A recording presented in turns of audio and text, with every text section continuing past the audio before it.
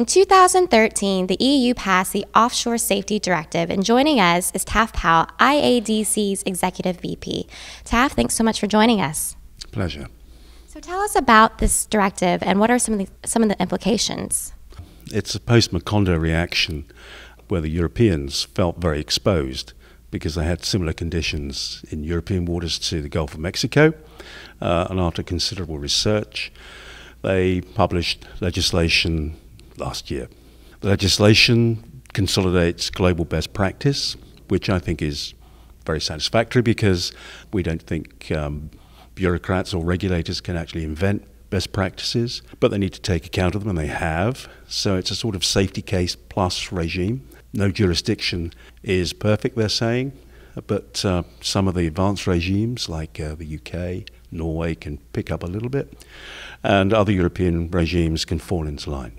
And what do drilling contractors need to know about this new directive? Well, they have significant duties. I think it's also important to realize that the operators and licensees, the title holders, are having the most significant responsibilities under these new regulations, in that they have to see to it that all the contractors that they use are capable and performing efficiently. But that being said, capable and efficient performance is a duty as well on drilling contractors, and it's the operators and the drilling contractors that have the most significant responsibilities, the drilling contractors, by virtue of the rigs that they own and operate, of course. So execution of drilling and well control falls to the drilling contractors, planning, risk assessment and so on falls to the operators. And of course in production situations which don't concern drilling contractors so much, that's entirely focused on the operators.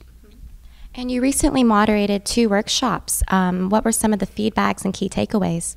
People are very interested in issues of liability. I mean, liability creep, if you like, a sort of movement of some of the crippling liabilities that can arise through damage to the environment, damage to coastal economies and marine economies, as we saw in the Gulf of Mexico, and indeed in Australia the year before, are issues where our members could not bet the farm. These are those that, if you like, create and benefit from the risks, which are the oil companies, the title holders, have the duty to make sure that they're controlled. But drilling contractors play a key part in that. They will continue, as in the North Sea at the moment and other areas like Canada and Australia, to produce a safety case, but this time incorporating environmental consequences into it.